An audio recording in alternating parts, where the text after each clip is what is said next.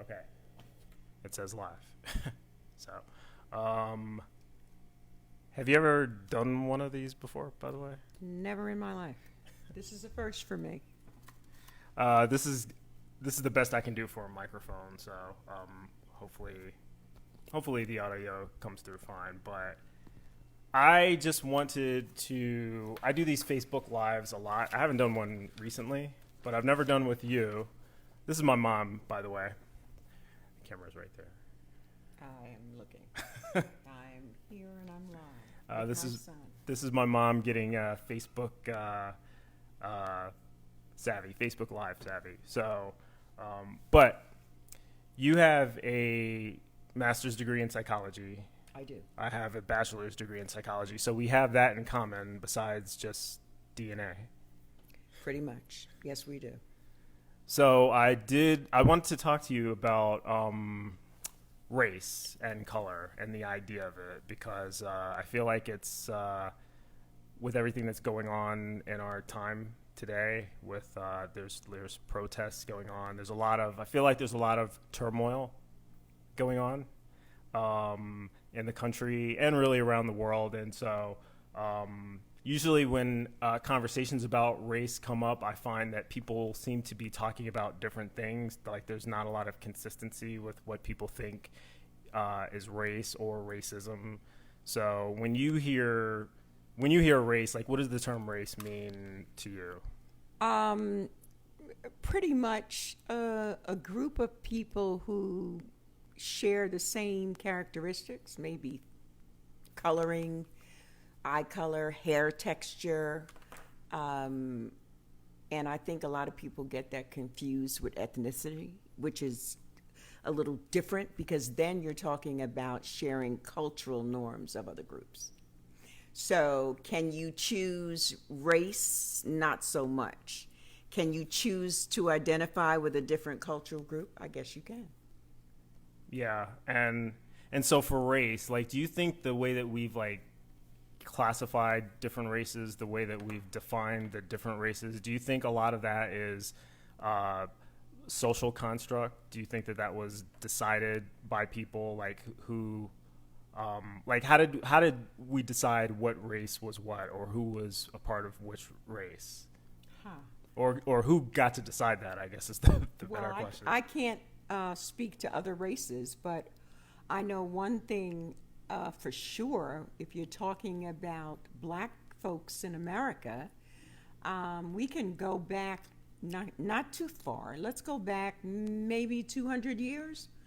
So slavery is winding down, and they've decided that, black people are free, which we know that was a joke. But there were also conditions attached to that. What was it, the 1/16th rule? So, meaning you could be as white as you looked, except for the fact if you had 1/16th black, then you were the Negro. So that's where it got a little scary. You asked me who came up with this rule. I could only guess to that. It wasn't black people. That's for No, sure. no, That's for definitely, sure. Yeah. definitely wasn't black people. It was, I think they called it the one drop rule, and Yeah. it varied depending on because different states could define black by their own state laws, right? Like how they wanted. So for some states, Right. it was 1/16. For some states, it was 1/8 or whatever. They had subdivisions. Some people were called octoroons. Yeah. Some people were called quadroons, and but if you definitely if you So, were so if which I'm not really good at math, but I figure octoroon is the eighth part, and what was the other one? 1/8, and then a quadroon would be like one Quadroon. if you were 1/4 black, meaning you had one black grandparent or one grandparent who was a slave or a freed slave, then you were considered in certain jurisdictions to be colored at this point in time. Yeah, but so here's the $1 million question. At the end of the day, were we treated better because we were a quarter as opposed to full black? I mean, there are some theories, and through history we've learned about the house slaves versus the field slaves and so on and so forth. And we all know that that's come back to haunt us as we moved into the 21st century, and that speaks to the light versus dark skin black people, and that was a thing for a long time. And yeah, that actually leads into the other question I wanted to ask you concerning today. Like, we have pretty good reasons to believe that it was the white majority who got to decide who was black or who was colored, for sure. or define that racial category all those years ago. Today, in 2020, who was black, and how do you know? To quote my cousin who said, blackness is a state of mind. So how do you know that somebody is black? Do you wait for them to tell you? Or a better question, okay, I'm writing over your question, but the better question is, how do black people know when someone else is black, no matter what their complexion is? Or anybody. How does anybody know? Like how do we as Americans categorize people? Like, what do you have to be considered black, I guess is it. And there may not be an answer to this. I think it's what subjective. Do you I think that what do you have to have? Well, firstly, and Well, you consider yourself black. Yes. Why? What are the reasons? Like, what are the things that qualify Both you of as my a black parents are woman? black. Okay, both of your parents are black. Now, because you used a phrase a few minutes ago, fully black. Were they fully black? I don't think most American blacks are fully black. Yeah, I would agree with you. What is fully black? How do you even get to be fully black after years and years of slavery and mixing it up? Yeah. So, like, it's really kind of hard to say. I mean, because both of your parents identified as black. Yes. They probably were not fully black genetically or through their ethnic lineage. There was a lot of race mixing going on back then. Yes. I'm sure if they went to, if both of your parents were suddenly in Cameroon or the Cairo, they would not look like the Africans there who have their own definition of what it means to be black. No. Right. No. But they definitely self-identified as black. Yeah. And therefore, because they did, you do as well. Yes. And I do as well. So it seems to be tied to culture to some extent, in America anyway. To some extent. And I think when you're talking about culture, you're talking about when a group of people have a set of norms that they're going by. So, yes, my parents were considered black, your parents were considered black, but are they really? Your parents were considered black probably by law. Certainly, if they Right. grew up in the South, then the laws in those particular states would have classified them as black. It didn't matter whether they self-identified or not. Right, What mattered right. was what you looked like, right? Mm-hmm. So if you looked if your skin color was dark enough, if you were not white, basically, and your ancestry could be traced to slaves, you were considered African American, or excuse me, you would be considered colored back then, right? So the law defined them So as you're black. saying, wait, the colored thing comes into play somewhere between, and I'm not totally accurate, I'm sure, but between the 20s and the 60s. Yeah, and I'm sure it varied. I don't know that there was an official date to where the United States decided that that's what There's people no would be official called. date, but I think that the term colored, the former slave owners, but still racist group, probably were pressured by others to stop using the N-word. So they had to think of another word that would be applicable, which was colored. Yeah, and we talked about that, which sounds like a pretty benign word, right? Like, it doesn't sound like anything that should be. If anything, it would make more sense. Well, it just provides an accurate description of us as a people because we have so many different shades of black. But I think Very few of us are actually black. Most of us are somewhere between dark brown and damn near white.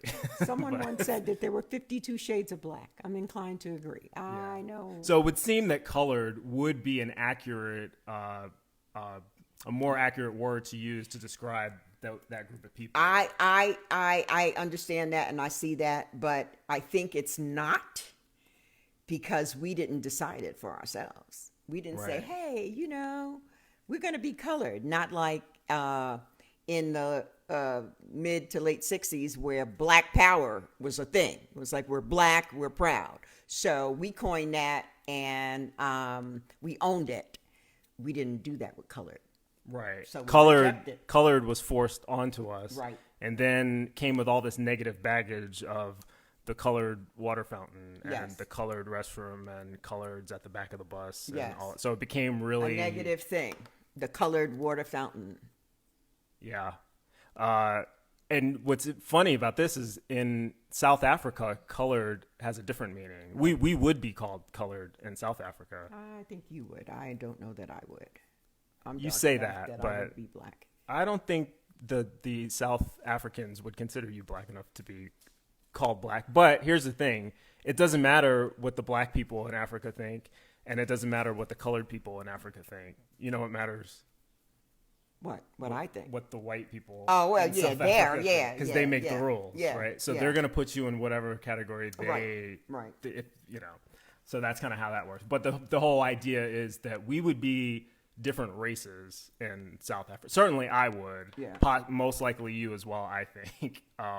We would be different races than the races that we've grown up knowing or thinking that we were in America, because this country defines race differently. You know, it defines black Yes. differently. Black Yes, has it a does. and it defines color differently. So that's just kind of one of the other evidences. I think that it's largely social. I'm going to get to the DNA stuff later because we talked about my DNA, Yeah, my ancestry we did. DNA results. So I do want to talk about that later. But before I get to that, I wanted to ask you, you grew up in New York. You're from Brooklyn. I am. I'm from Queens. We both grew up in, I would say, a very ethnically diverse area. As a matter of fact, and I just looked this, I only know this from Google, Queens, not Jamaica, but there's a certain neighborhood in Queens that is considered to be the most ethnically diverse neighborhood in the world. What is So- it? Jamaica? No, it's not No, it's not Jamaica. Jamaica? It's not Astoria. I can't remember. There's a specific neighborhood in Queens that is the most ethnically diverse neighborhood in the world. Where, this is. I'm gonna post the Google link probably after this video, but I just found that interesting. But I'm saying all this to say, I grew up in an ethnically diverse area. You grew up in Brooklyn, in Park Slope, Brooklyn, which is a mixed neighborhood, And right? always was. And this is, so you grew up in the 60s and the 70s. What was your perception of what were race relations like then, and what was your perception of different races having grown up in a multicultural environment like that? Growing up in Brooklyn, I didn't feel the heavy pressure of race. I went to school with kids, Italian kids, Latino kids, Asian kids. It was just a big melting pot. And so on my block, we had people from Russia. We had people from the islands. So again, it was a very mixed bag. You remember what block you lived on? Yeah, St. John's Place between 5th and 6th Avenue in Park Slope. I couldn't afford to live there now, but yeah, No one can. no one can. But it was a very mixed bag, and so our friends were from different groups. And I think if you were a person of color, you didn't take it as personal as some other places. Now, I imagine in the South, obviously the South is still has some racial separation. Let's talk about the South, because we actually did live in the South for a little while. I lived there for in 1995. We moved to Georgia For a year. for a year, and I was Rural Georgia. Right, not Atlanta. Yeah, no. Georgia. Yeah. There's a difference. Yes. I was 17 years old in 1995, so I would, 16, going on 17. I would have been a junior in high school. So this was my first experience living outside of Queens, which is, also, we lived in a mostly black and Hispanic neighborhood in Queens, but all the other neighborhoods around were different, and so I grew up I feel like I kind of grew up in the same sort of situation that you did, not really knowing that there were distinctions between races, but nobody really racism really wasn't that serious when I was growing up. The only time I ever really heard about race being a problem was when we'd watch TV and like the Rodney King beating in LA was going on, and we'd be And like, OJ. yeah, OJ, things that were happening in different parts of not New York. Right. Right. It would be on Exactly. TV. So living in Georgia for the first time, that was my first exposure to the fact that everywhere is not like New York. Yeah, yeah. They actually, that was our first exposure to the railroad, whatever it is, the railroad the thing. railroad So phenomenon. if blacks What's- lived on one side of the tracks, and whites lived on the other, but because it was the mid-90s, at that time, we didn't live on the black side. So I guess they let a couple of blacks on the white side by then. They were just so far behind the time. We didn't know that there was such thing as a No, black side and a white side. because we were ignorant New Yorkers, all assuming, and we didn't even buy into it. Like the idea of a black side of the tracks and a white side of the tracks didn't. Like I'm laughing because it seems ridiculous now, but for them it was they took it seriously, And I remember my school, they didn't really know what to make of me, for a couple of reasons. One, I didn't visually. I think that they were confused and didn't know what admixture I was, what racial mixture I was. They assumed that. I don't know what they assumed, but they didn't know what I was, And then I spoke differently, so they had their own preconceptions about that. Me, being from the North and all of that. I also didn't conform to the social norms of rural Georgia in 1995. I went in the lunchroom. All the black kids would sit at one table, and all the white kids would sit at another table, and I just sat wherever the hell I wanted. And that threw a lot of people for a loop. They had segregated prom when I went to school. I know, I didn't know that until you told me that recently. I didn't go to the prom. I didn't go to either one. There were two proms. There was a white prom and a black prom. I didn't go to either one because I didn't have anyone to go with, and I thought the whole idea was stupid. But that's a whole different topic. The notion of there being segregated proms, not legally segregated, like it wasn't mandated by the school or anything, but it was tradition of the school to put on two proms, and that was just normal. And they acted, and that was such a strange, odd thing to me. It never would have occurred to me that would still be going on in 1995. I mean, we're talking 30 plus years ago now, or 20, I don't know, I'm bad at math, however long ago that was. 2015, There you go. where are we? It's 25 years. Yeah, so 25 years ago is not really a long time ago. This segregation and segregated proms, that's something you kind of associate with like the 50s. But and I think that happened. I've never been to a prom. So we share that in common as well. Like graduations. But I think that was even common in the North, where it's not a written rule, but I think a lot of times the black students had their prom, and maybe it went by a different name. I don't know. But I know that that happened a lot. People went to the proms of the culture they identified with. You mean in the North? I think that happened a lot, almost everywhere. And when you were growing up, you're Yes, talking. yes, Right. yes. I'm talking, see, I grew up though in the 80s and 90s. I don't think that was still a thing then in the North anyway. At least it wasn't in any of the schools that I went to when I lived in Queens. Okay. But in Georgia it was, So that's just another example of it seeming to be a little bit behind the times with respect to race relations.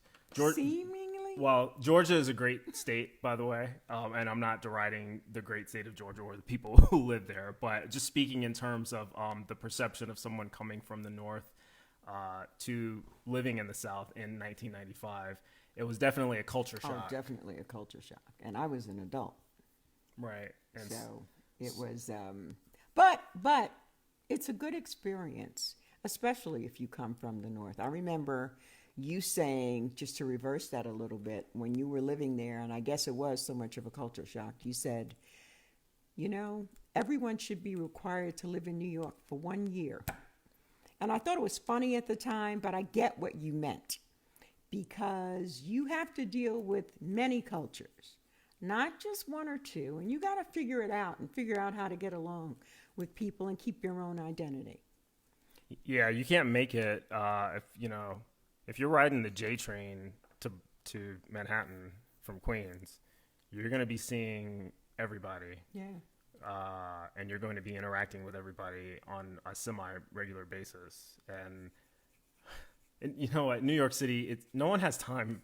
No one has time for race. Yeah. But like, there's too many other things that people are worried about and concerned about.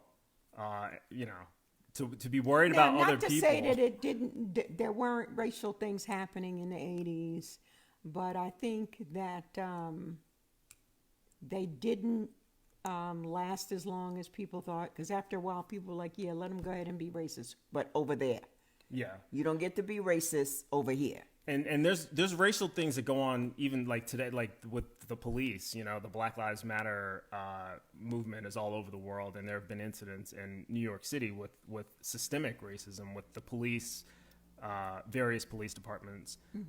Not all police are racist. In fact, most of them are not racist. But the problem is, you do have a couple of racists in the police department, and sometimes they get elevated to a high status to where they have the power and control and are issuing the orders, and so then you end up with racist policies. Sometimes you even get a mayor who will say institute a policy like stop and frisk, to where you are going to target black people and brown people.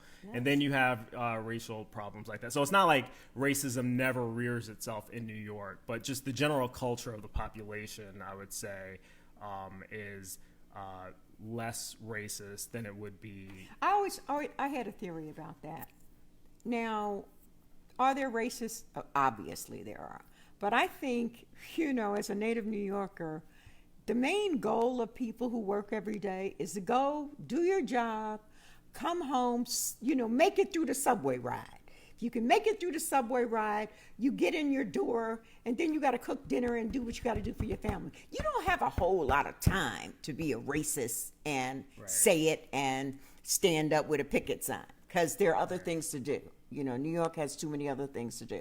So are there racists in New York? Obviously there are. Do they hide it? Some do, some don't. But I'd like to think, and from my experiences, there are more people who aren't than are. And if you are, you have sense enough not to show it.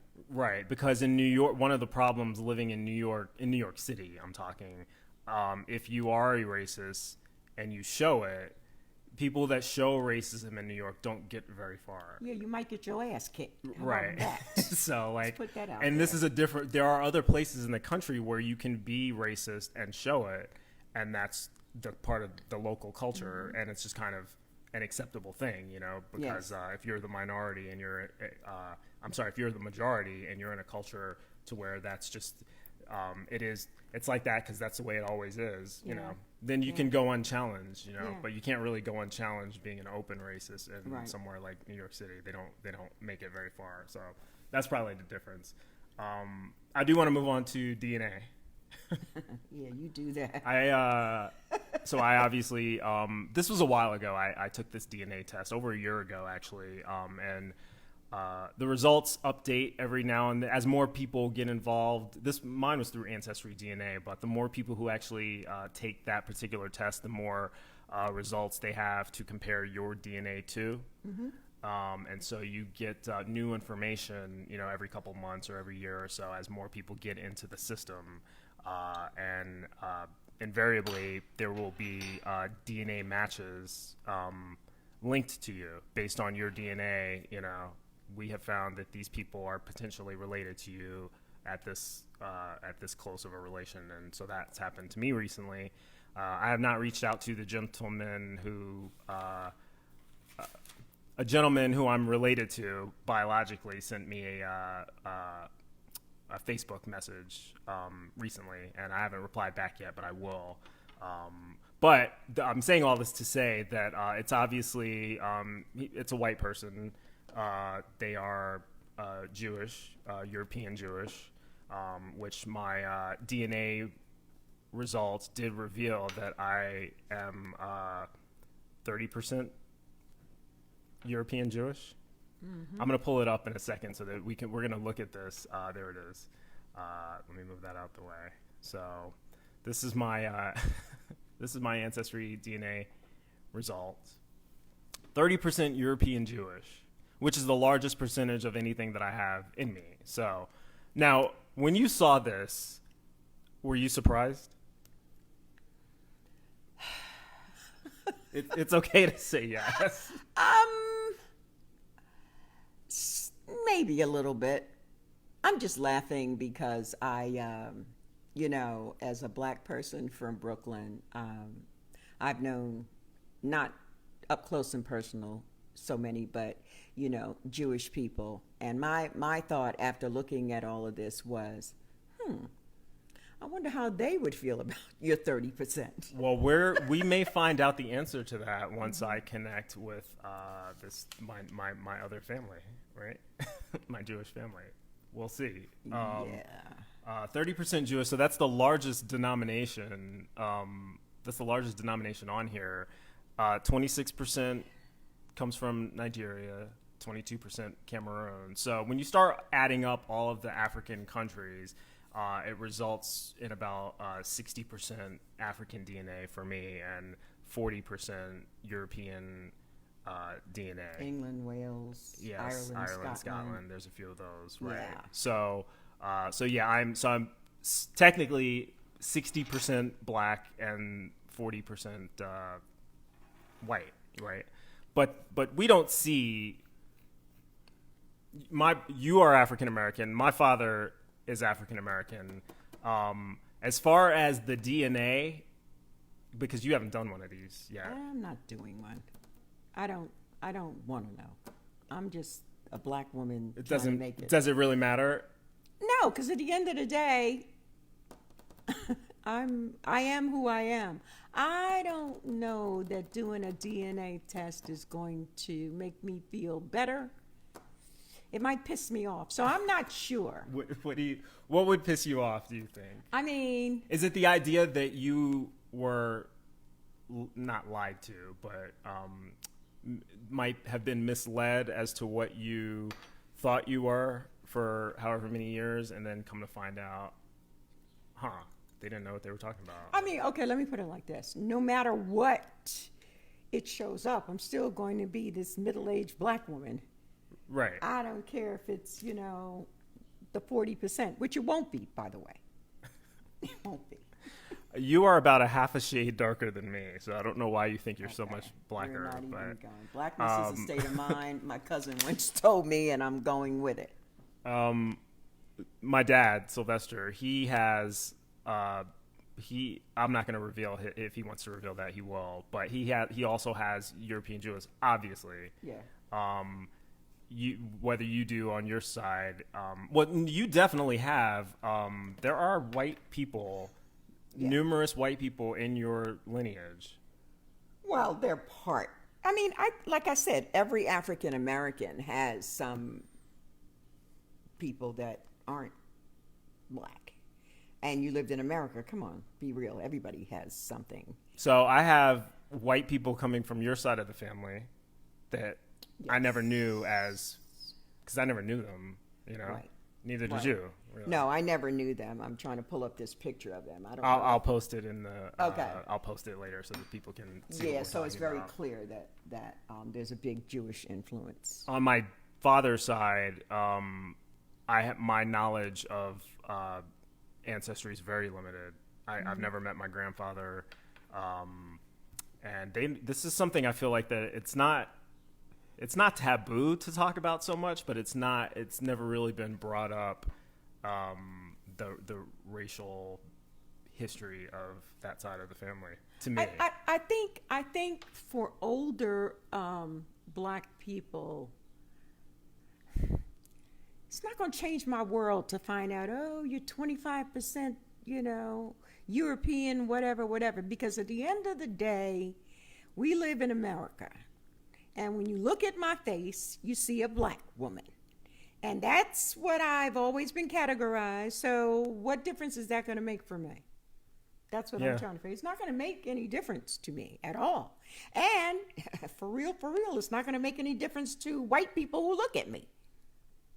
Or anyone else who looks at anybody. Anybody. I'm just saying, it's not as if, okay, you found out you're 30% Jewish, that Jewish people are going to, be ready to embrace you and invite you to the synagogue. Some of them will, but by and large, not so much. Yeah. I just don't think so. I think my perspective is a little bit different for a couple of reasons. One, I don't know what people. Well, let me back up. I do know what people see when they look at me, and usually I'm very quick to identify as African American before before it occurs to someone to ask the question. Mm-hmm. And the reason is because a lot of people look at me and are confused. They know I'm black, but they know I'm not just black. Right. Right. But they don't know what I am besides black or how much. Mm-hmm. And it's kind of there's no good way to ask that. Is that usually what people do you think are more confused about your background? So I'm going to tell you, this is based on my history going back to school age. It seems to be both.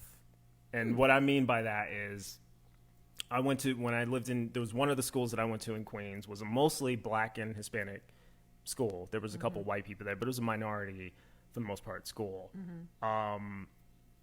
And most people were darker than me.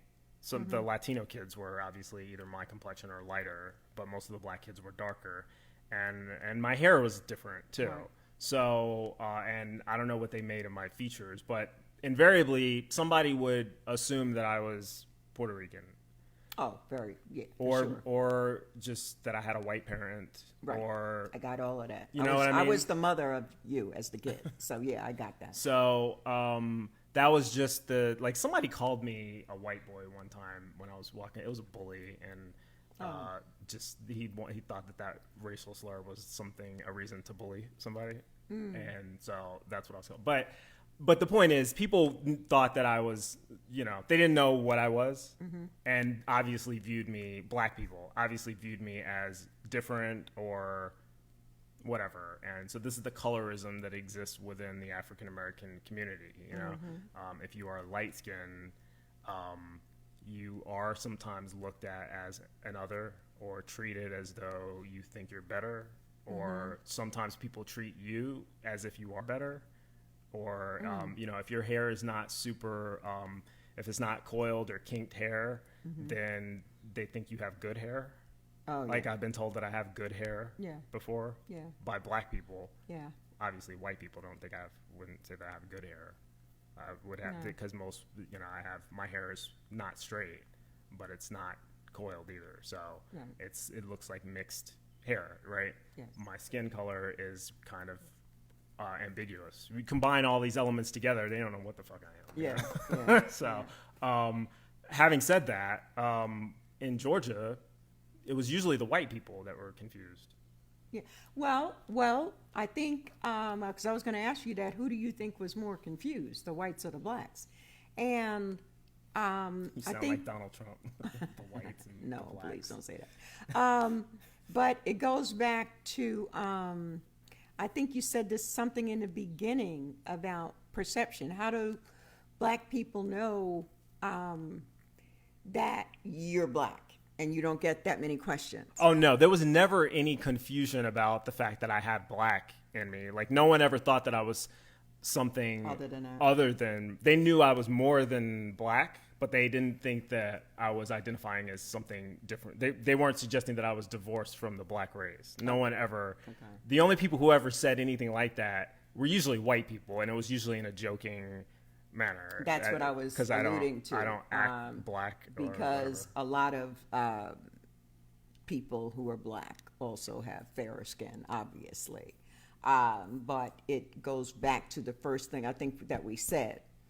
How is it that when you meet somebody black, that's not the first question that comes into their mind. Are you mixed? Right. There's like, oh yeah, he's light, if that even comes in. But they know you're black. When Mariah Carey first came out in the early 90s, what did you think she was? I didn't think anything. I based everything on what you told me about her. She was a kid, so. She But didn't. I would have thought that she was white. I didn't think that she was black. Just by until I looking. heard, looking. But once I heard her speak, it was a done deal. I'm sorry. It was a done deal. It's the ginger. So, yeah. So you heard her speak, and then you heard her sing.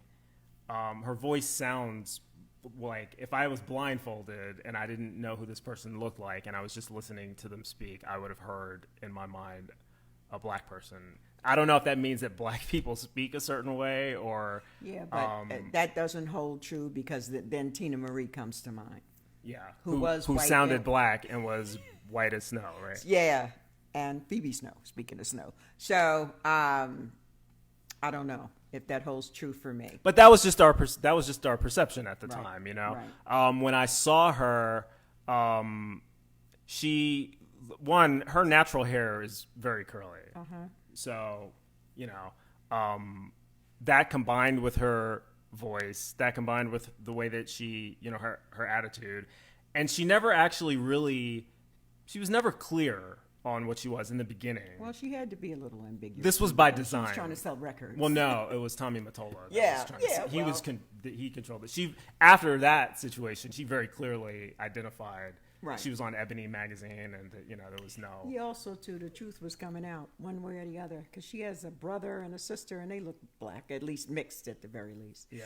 Yeah. A lot of white people I know that I've encountered that are not necessarily fans of hers or don't know her history, think that she's white, or Hispanic or something. You know, I've had. I mean, the ones that know her Latino background. piece, I could get with that. I could get behind that. But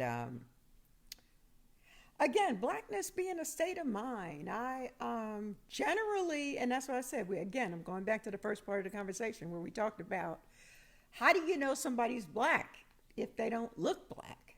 What's a clue? Let me. Can I tell you a story? Yes. This is. I used to be in the military in basic training, not basic training, but tech school. Right after basic training, there was a kid in my flight who very fair skin, way lighter than me, and he shaved his head.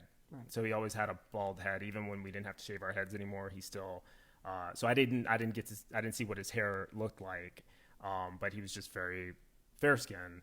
And I knew that he was black, but the reason, I didn't know how I knew, until, you know, I started having conversations with him. There was something about the way that he spoke to me that was different than the way that he spoke to a lot of the other white, airmen, you know? And, there was something about, it was something about the timbre of his voice, It's the often the attitude timbre, he yeah. had with me, and it was kind of like it didn't need to be said, you know. And then, but the icing on the cake was I ended up. This is before like Facebook and social media and all that, and smartphones. So he had a photo album, and I saw a picture of him with hair, and he had bright red hair. It was like a curly kind of Afro. Jufro type thing, and it was red, and which is the reason why he shaved it, because it looked crazy, right? But as soon as I saw his hair, You knew. it was obvious, and then also making the associations with his other family in the picture who were darker than him. But a lot you of know? times, too, I've met a lot of people who have been very, very fair, and just to look at them, you don't know until they say hello. Well, you have two It's your two best friends are Oh, are you outing them? very. I'm not outing. I'm not Wow. using names. I'm not saying anything. But Yeah. your two best African American woman friends, who I very clearly identify as black. If someone walked into them on the street, they might not very clearly identify them as black. I agree. Okay. I agree with that. But I'm even thinking of, like, I have met people who were strangers, and I know that they're black. Other people don't, because I have had people say to me, like, what makes you say she's black? And these people have been white. What makes you say that she's black? I'm saying she's black. Trust me on this. And it is. It's a timbre in the voice. Let me ask you a question. Do you think you're talking these people who are asking you these questions? These are like coworkers or random people, but not People I've worked with. You have some of your best friends are white. Your best male friend is white. Mm-hmm. Would he have asked the same kind of question? Do you think Yeah. he would? Yeah. Okay. I don't think he would have. He would have got. I keep thinking back to just different scenarios where people have said, "What?" Like, they're startled when I say, "Oh yeah, she's black." Like, how do you know? It's such a mystery. And all truth be told, I don't know how I know, but I know. My best friend is white also, and but he is. I'm talking about Charlie right now. No, you think? His perspective on race is interesting because he's aware of it, but he's aware of it from a unique perspective. And I don't want to go too much into his personal history, but he has siblings of all different races. Right, And so right. he grew up in a racially diverse area with family that was racially diverse, So I don't think he really understood the impact of race on culture until he was older, Yeah. because when you grow up where everybody's a different color, there's no such thing as race, right? Well, let it suffice to say that we have a long way to go, but we are moving in the right direction. I don't think any race or culture has the right to just reject another culture based on anything. So at this point and juncture, I think that we would all be smart to be aware of our cultural differences and let it play out. And I think the thing that everybody needs to walk away with is just don't be stupid. Do not make assumptions. Do not assume because he acted this way with A, he's going to act this way with B.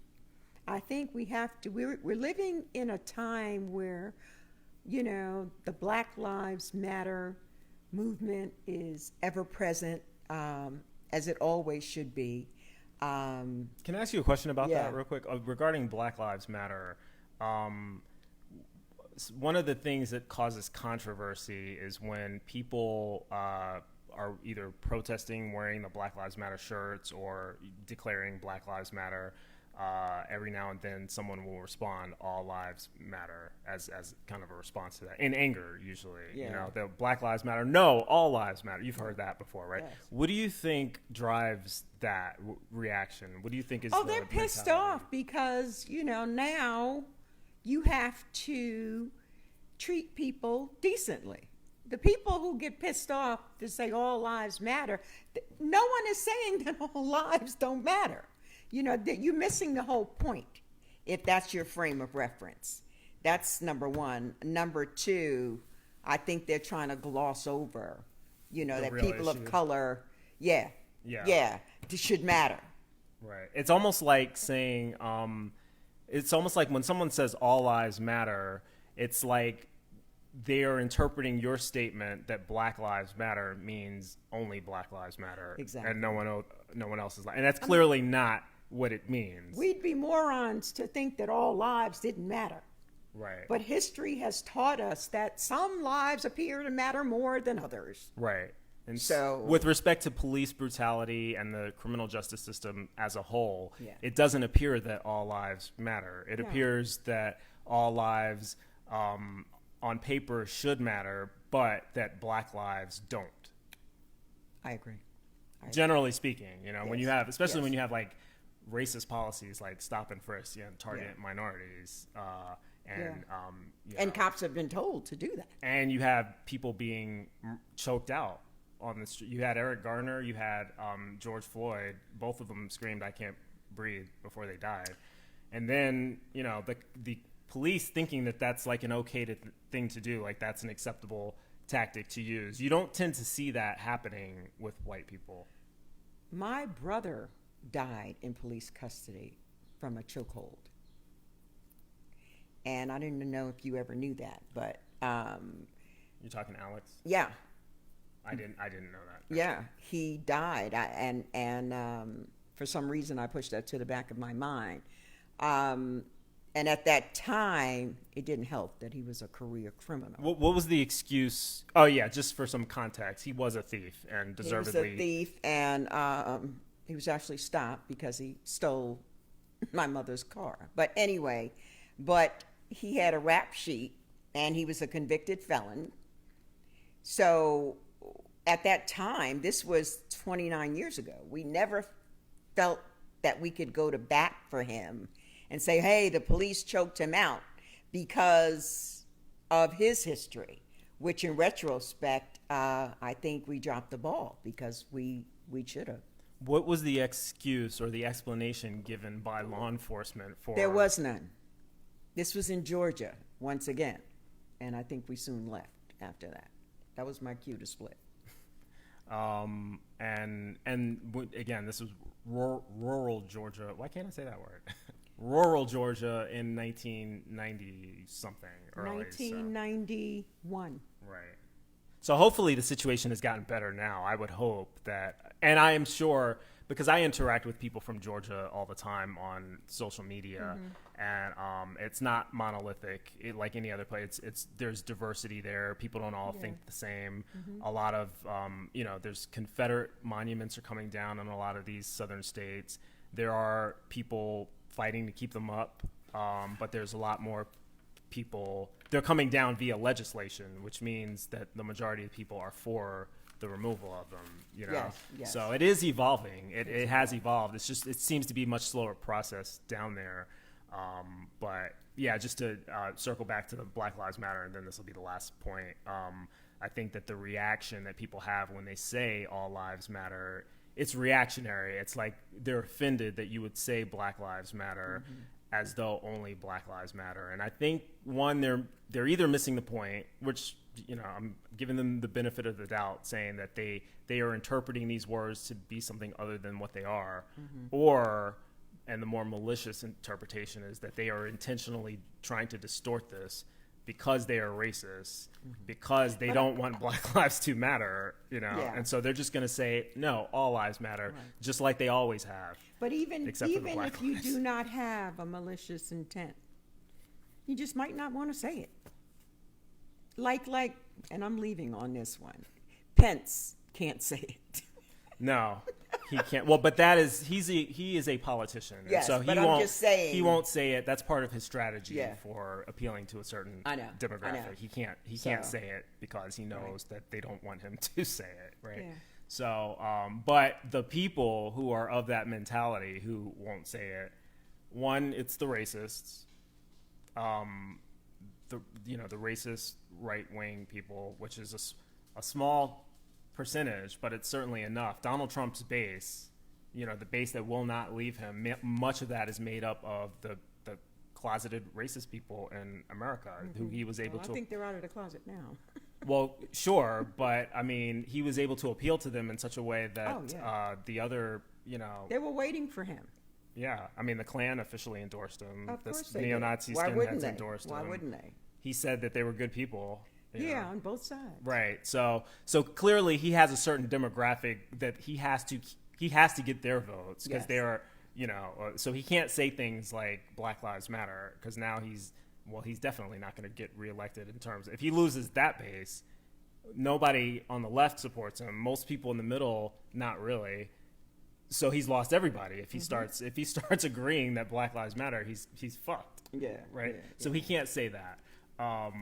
But yeah, I think for the average person who has a problem with it, hopefully they try to connect with the individuals a little bit more that are, in the Black Lives Movement, or just individuals who support Black Lives Matter campaign.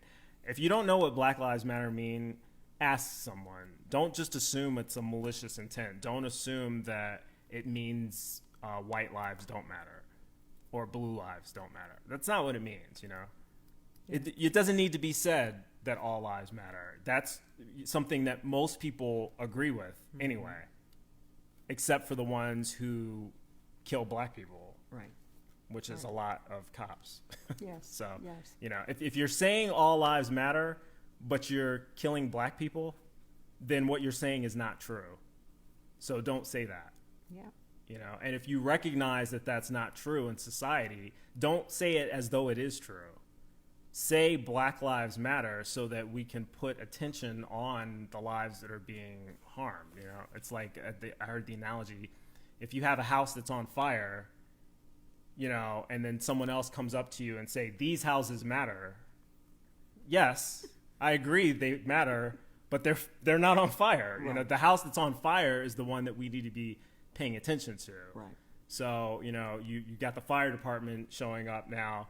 Please put out this house. This house matters, Right. That's like Right. someone come, no, all houses matter. Exactly. Shut the Exactly. fuck up. We know. But this house is on fire. Yes. So that was the best analogy I heard. And I don't know if that's going to resonate with a lot of people. I think it does resonate with some. We'll see. But yeah, I just wanted to get your perspective on, and I'm not an expert. I haven't not psychoanalyzed any of these people. You haven't either, but you've been around enough. You've lived in enough places to be able to figure out the mentality of a general populace, so the mentality of someone who would say that. What is their mindset? Where are they coming from? It has to be ignorance, wouldn't you say? I would say it's ignorance, and let's just say, like, someone who's not a person of color is thinking that, well, all lives do matter. What I think the point that we're emphasizing today is, in this instance, it's not appropriate to say that. Focus on what we're focusing on. Right. It seems to be distracting away Right. from what we're. And trying if to- that has been your position, you might want to rethink that. It's cool. Play Pence. Don't say anything. well, no, don't. But then that's good. because Wait a he's minute. not But then doing you that. have to be prepared for the backlash that's going to bring. But I think it people should understand why it's offensive. That's all I'm saying. Right. Cool. All right. So, what did you? And this is off topic now. You'll be able to watch this back just like everybody I don't else. know But that I will, but do you? Would you ever? Would you ever do this again? Yeah, sure.